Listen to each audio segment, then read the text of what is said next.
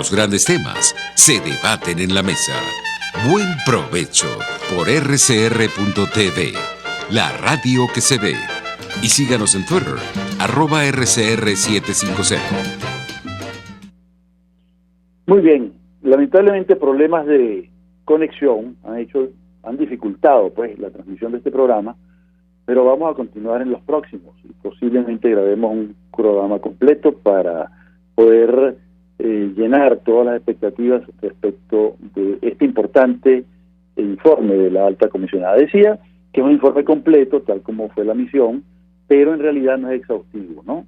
Y decíamos que faltaban temas como la Defensoría del Pueblo, que no se menciona, y temas muy delicados como, por ejemplo, que durante la pandemia se ha suspendido el servicio de justicia prácticamente, ¿no?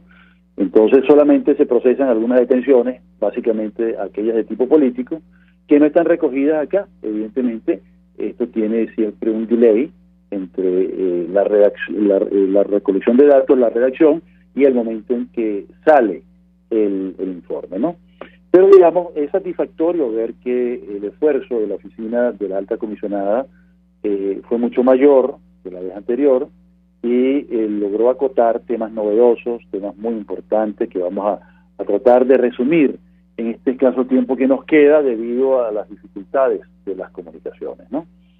Bueno, decíamos que ojalá que la alta comisionada sea renovado su mandato y pueda profundizar más, porque pone en evidencia la importancia que tiene el hecho de poder estar en el sitio, estar en el país, quiero decir, y poder, en consecuencia, tener contacto directo con víctimas, con abogados, con funcionarios policiales, con jueces, y también, por supuesto, con funcionarios administrativos del Estado, que tienen que dar su versión.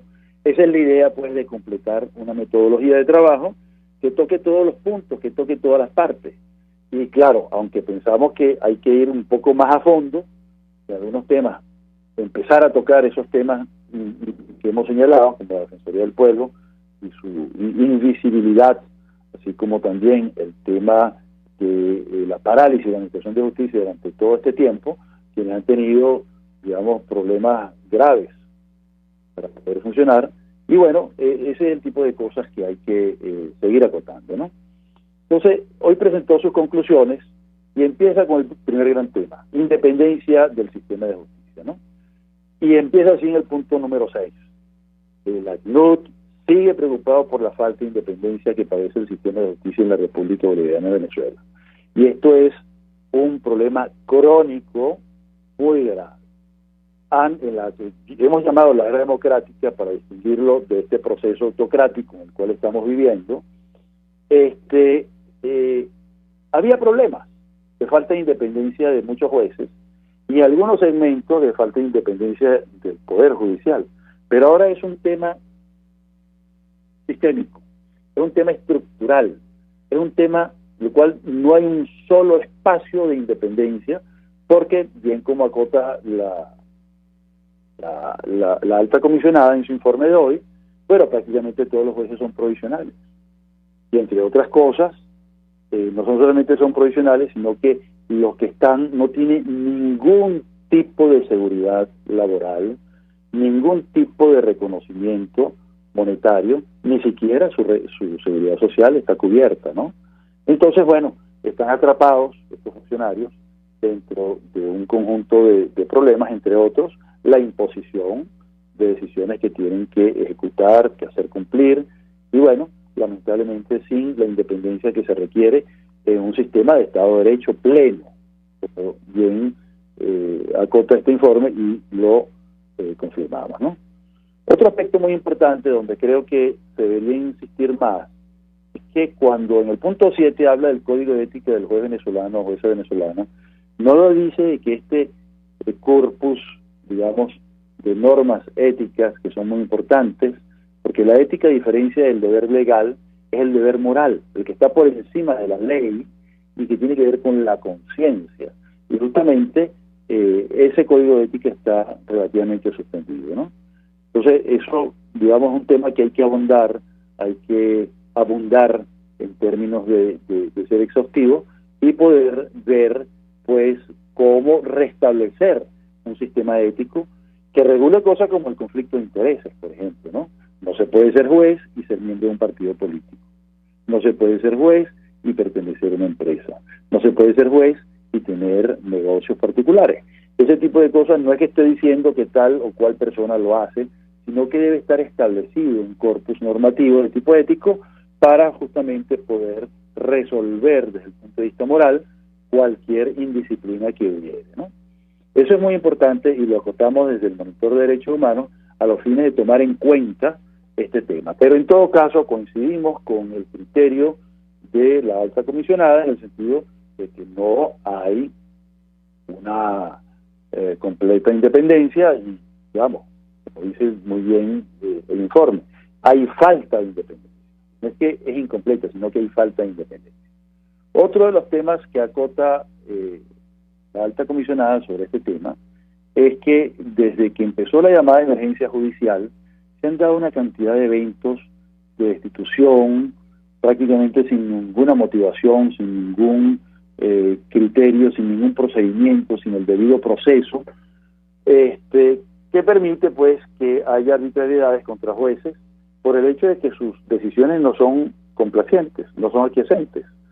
Se menciona en el informe el famoso caso de la jueza María Lourdes Afioni. Este es un caso que ha dado la vuelta al mundo por lo bizarro del caso, de cómo fue maltratado el asunto y cómo fue maltratada ella, ¿no? Recordemos que fue destituida sin ningún tipo de garantías de tipo jurídico para garantizar su defensa y además por haber dado cumplimiento a un fallo, a una opinión, ¿verdad?, del comité o grupo de trabajo sobre la detención arbitraria, que es un comité también de la ONU, es decir, de un comité que es colega de la propia alta comisionada y que rinde cuentas al Consejo de Derechos Humanos. Entonces, esta juez fue encarcelada durante varios años y además de eso, bueno, fue muy maltratada en los tiempos y días de reclusión. Esto, como acota muy bien la alta comisionada, tuvo un efecto amedrentador, pues impide a los jueces actuar de forma independiente por tener a ser objeto de un procedimiento penal y quizás de todas las atrocidades que padeció esta juez, ¿no? Es algo que está, digamos, grabado en el inconsciente de todos nosotros en Venezuela y yo creo que esto es bien importante remarcarlo de la forma que lo hace la alta comisionada. Ella dice en el punto 9 que su oficina está preocupada por la inseguridad de la cual adolece la titularidad de los jueces, que los deja expuestos a la injerencia de sus superiores y de fuentes externas. Esto es muy delicado, esto es muy grave y esto fue dicho en el día de hoy en Ginebra ante el Consejo de Derechos Humanos. Según la información recibida por la alta oficina, pues, el despacho de esta alta dignataria, el salario mensual de un juez gira en torno a $30 de los Estados Unidos, salario mensual, lo cual incrementa el riesgo de corrupción en todos los ámbitos y a todos los niveles de administración de justicia. Esto tiene que ser sinceramente discutido. Cuando a mí me tocó hace muchos años hacer una auditoría del sistema judicial, el salario era infinitamente más superior, pero no cubría el estatus o la jerarquía y el estándar que internacionalmente se acreditaba para un juez federal, un juez nacional, por ejemplo, en los Estados Unidos, para cifrar un ejemplo, y en Europa, puede oscilar entre 5 y 10 mil dólares mensuales, ¿no? Eso nos dice, pues, que el cargo de juez, por estar sometido a presiones de todo tipo, a lisonjas, a posibilidades de intentar quebrar su voluntad por medio de sobornos, hay que cuidarlo, hay que salvaguardarlo, y la forma de salvaguardarlo a través de una remuneración justa, alta, mejor que la que pueda tener un abogado de su investidura o de su graduación o de su jerarquía o de su talento en el campo privado. ¿A los fines de qué? De que pueda vivir con comodidad, sin preocupaciones acerca de su salud, sin preocupaciones para poder pagar un médico, poder pagar un tratamiento, poder cumplir unas medicinas, poder tener un seguro, hospitalización, cirugía y maternidad, que le cubra todas sus necesidades y riesgos, ¿no? Entonces, este es un tema que deja muy claramente patentizado la alta comisionada, y coincidimos con ella plenamente. Pues, entonces tienen que estar muy bien remunerados. En los países donde el Estado de Derecho se respeta y se hace respetar, la figura del juez es una especie de figura cuasi sagrada. Ya lo decía Alexis de Tocqueville en su estupendo tratado sobre la democracia en América, del respeto que se daba en ese país y que se sigue dando todavía al juez federal, ¿no? Por supuesto, investido no solamente de autoridad, sino de majestad, de un enorme prestigio. Cuando se eligió al juez Clarence Thomas para sustituir al juez Thurgood Marshall, el gran magistrado afroamericano que con sus escritos, con sus defensas, antes de ser magistrado, por supuesto, estaba como abogado de derechos humanos ante los tribunales norteamericanos, logró la igualdad jurídica a nivel jurisprudencial entre afroamericanos, ex esclavos y los blancos, inclusive en tiempos de la época de segregación, ¿no? Entonces, su prestigio era enorme. Cuando él accede a la magistratura del Tribunal Supremo de los Estados Unidos, accede gracias al prestigio que le dio el talento con lo cual y la firmeza con las cuales actuó frente a los tribunales norteamericanos ante esa normativa absurda e injusta que era la segregación. Hasta los años 60 fue el presidente Lyndon Johnson quien la abolió, previo pues en los estudios que se hicieron y los esfuerzos que se hizo durante la época de Kennedy. Está muy importante este tema, porque cuando se sustituye al juez Thurgood Marshall por Clarence Thomas, se hizo un análisis exhaustivo, tremendamente profundo, de la personalidad, de los escritos, del desempeño, de las notas inclusive de ese magistrado Clarence Thomas, y por supuesto no tenía el nivel de Thurgood Marshall, y eso fue muy cuestionado en su momento. Eso nos da una idea pues del respeto que se le debe dar a los magistrados y sobre todo ponerlos en el estrato de ser figuras sagradas dentro de la liturgia de una sociedad política laica, es decir, no religiosa. Esto es bien importante tomarlo en cuenta. Disculpen la tos, pero es el Playatox por los zancudos, que me ahogó el humo. Bueno, seguimos. El punto 11 del informe habla de la composición del actual Tribunal de Justicia Supremo, ¿no? Fue consolidada en diciembre de 2015 y acota acá del nombramiento de 13 jueces por la Asamblea Nacional. Es un detalle muy importante porque recordemos que esa fue una designación apresurada, visto que en ese tiempo la oposición obtuvo una enorme cantidad de posiciones en la Asamblea Nacional y cambió el equilibrio de fuerzas tremendamente en la Asamblea Nacional. Entonces el gobierno perdió su mayoría. Entonces, ¿qué ocurrió? La designación de estos magistrados fue sin cumplir el debido proceso constitucional, fue sin el debido análisis de las credenciales, sin el concurso de la opinión que debía ser sometida pues a consulta pues de los interesados en este tema. Y bueno, esta composición arrojó un resultado muy delicado. Por un lado, tenemos pues que los magistrados que estaban anteriormente tuvieron que ser prácticamente forzados a jubilarse, como dice acá el punto 11 del informe, y de forma anticipada y poco forzada, ¿no? Y entraron personas que incluso dentro de su designación todo el mundo conocía que eran militantes del partido de gobierno. Con lo cual, pues, el conflicto de intereses se puso en evidencia, se hizo patente, ¿no?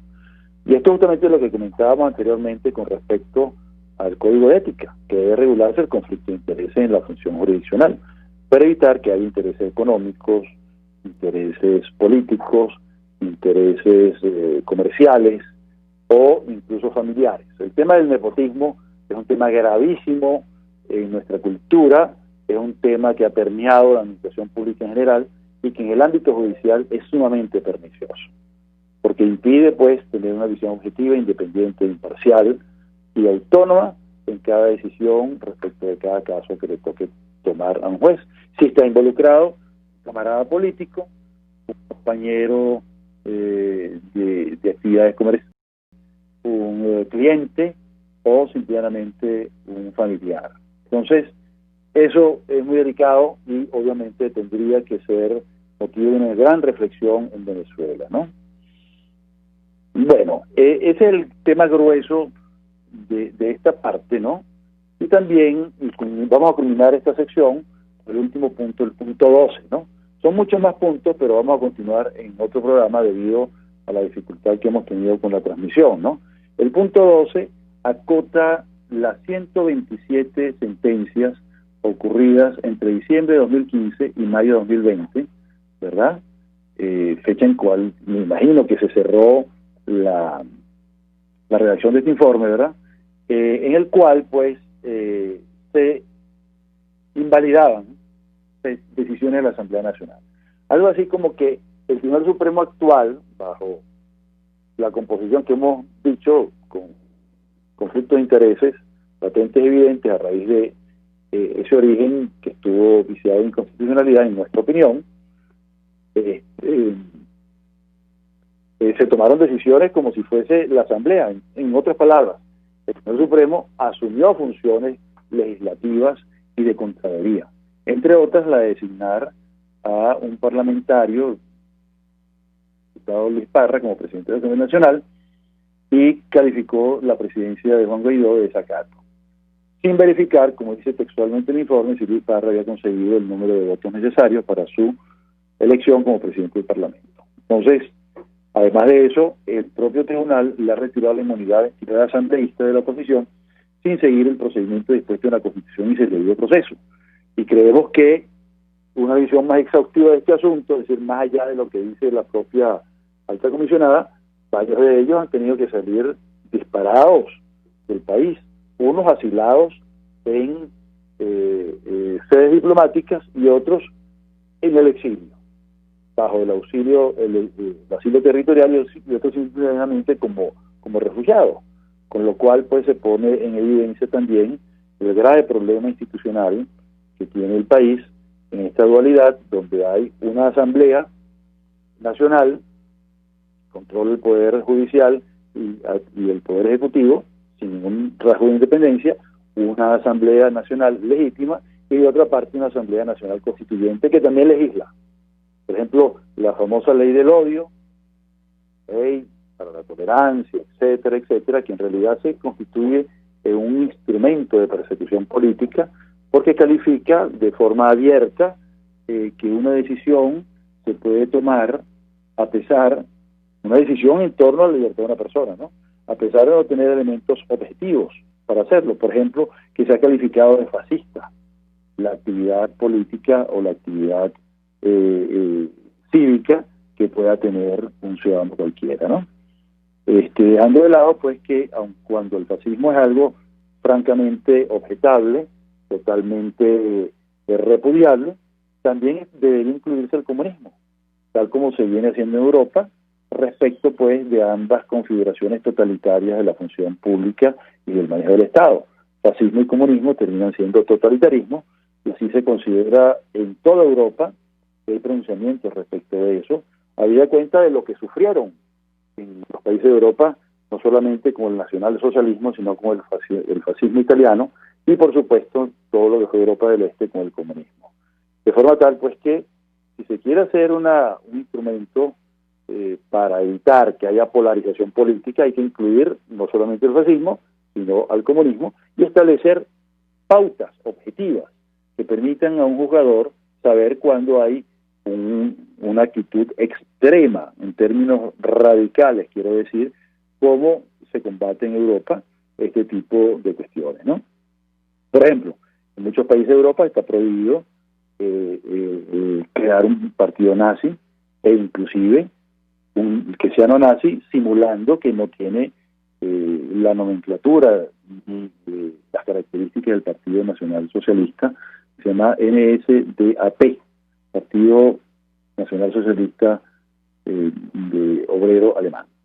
Entonces, ahí tenemos pues que es bien importante este tema que afirma la alta comisionada respecto pues de la falta de independencia de los jueces, del Poder Judicial, los problemas del funcionamiento del Tribunal Supremo y lógicamente la invalidación de todas las decisiones que tome la Asamblea Nacional, más la usurpación de funciones controloras y de toma de decisiones que tiene la Asamblea, que tiene el Tribunal Supremo respecto de las atribuciones de la Asamblea Nacional. Otro aspecto, y creo que con esto vamos a terminar, que destaca en el punto 13, es el tema del uso de la jurisdicción militar para enjuiciar civiles. Este uso de la jurisdicción militar tuvo dos etapas. Una primera etapa que fue la militarización de la justicia penal del año 2005 al 2012, mientras estuvo el general Aponte Aponte encargado de la sala penal del Tribunal Supremo. En algún tiempo fue presidente, en otro fue solamente magistrado, pero donde había decisiones que se tomaban desde una óptica totalmente militar. Recordemos el caso de los comisarios, hay que recordar el caso Afiuni, y así sucesivamente otros casos más, ¿no? Entonces, esa fue una primera etapa que no relata el informe, pero el informe sí acota de manera bien acabada el tema, pues, de el mal uso de la jurisdicción militar para enjuiciar a civiles por delitos civiles, ¿no? Aquí se menciona el caso del dirigente sindical Rubén González, condenado a 5 años y 9 meses de reclusión por un tribunal militar, quien fue acusado de haber injuriado a las Fuerzas Armadas. ¿Okay? Es bien importante lo que opina acá la alta comisionada cuando afirma que en la jurisdicción penal militar venezolana los jueces, fiscales y abogados son considerados militares en servicio activo, por lo que están sometidos a la disciplina militar y al principio de evidencia jerárquica. Entonces, eso es sumamente grave, ¿no? Hay muchos otros temas que habría que agotar allí sobre las dificultades para nombrar un defensor privado, porque se le asignan defensores públicos de oficio a las personas que están enjuiciadas, y el uso también hasta de falsos positivos y de criterios un poco absurdos para enjuiciar a civiles. Por ejemplo, el famoso delito de ataque al centinela. Resulta que equivoca inclusive la figura del centinela.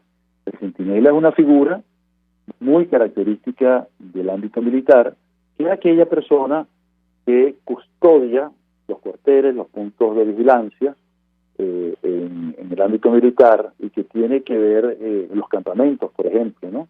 Que tiene que ver con la vigilancia nocturna para evitar que haya ataques inesperados, emboscadas hacia el contingente militar, ¿no? Entonces es una figura importantísima. De hecho, es uno de los delitos que tiene mayor penalidad en el Código de Justicia Militar venezolano, ¿no? Por esa figura tan clave, tan importante, tan necesaria para la seguridad de los soldados, ¿no?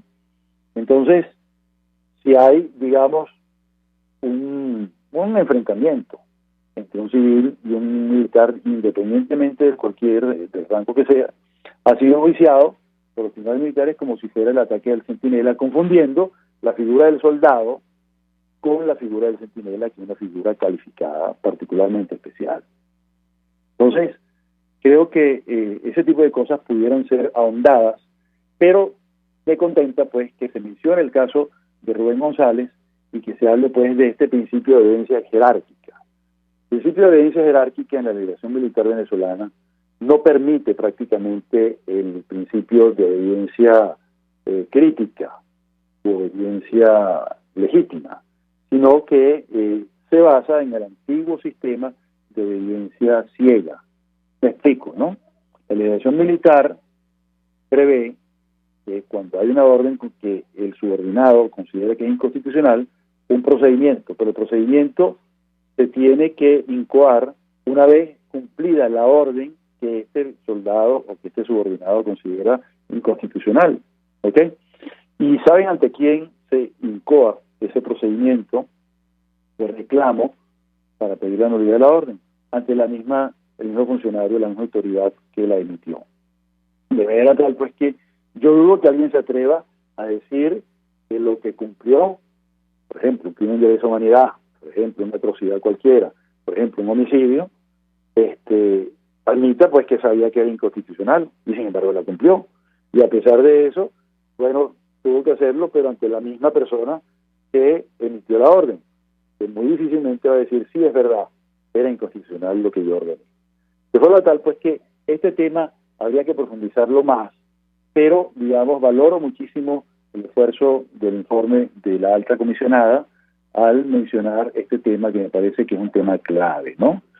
Obviamente, como dijimos, tiene que profundizarse, tiene que acotarse aún más a los fines, pues, de poder agotar el tema de la militarización de la justicia penal y de los criterios con que se imparte, ¿no? Esto tiene un correlato muy grave, ¿no? Entonces estas personas tienen que cumplir medidas cautelares en sede militar. ¿Me explico? Cuarteles militares, direcciones militares e incluso penitenciarios militares, ¿no? Con lo cual, digamos, la naturaleza del hecho se pervierte en la medida, pues, que se trata de hechos de tipo civil que deben ser juzgados ante tribunales civiles, pero que se desvían, pues, hacia la justicia militar y todas las implicaciones y consecuencias ulteriores. Bueno, yo quisiera dejar nuestro programa hasta este momento. Me faltan apenas unos minutos para concluir esta sesión y vamos a continuar a partir del punto 14 en nuestra próxima programación. Les invito a seguirnos, pues, por YouTube, por Periscope y por todos los mecanismos que tiene RCR 750 y también por nuestra cuenta Twitter, que es @DH Monitor de Derechos Humanos, y nuestra cuenta Gmail es fmfmonitordh@gmail.com.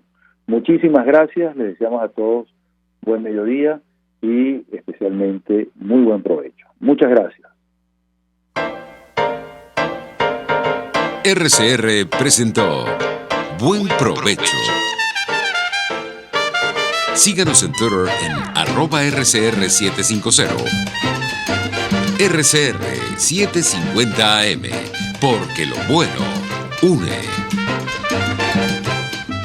RCR presentó Buen Provecho, una producción nacional independiente con certificado número 22388 para dar cumplimiento al artículo 14 de la Ley de Responsabilidad Social.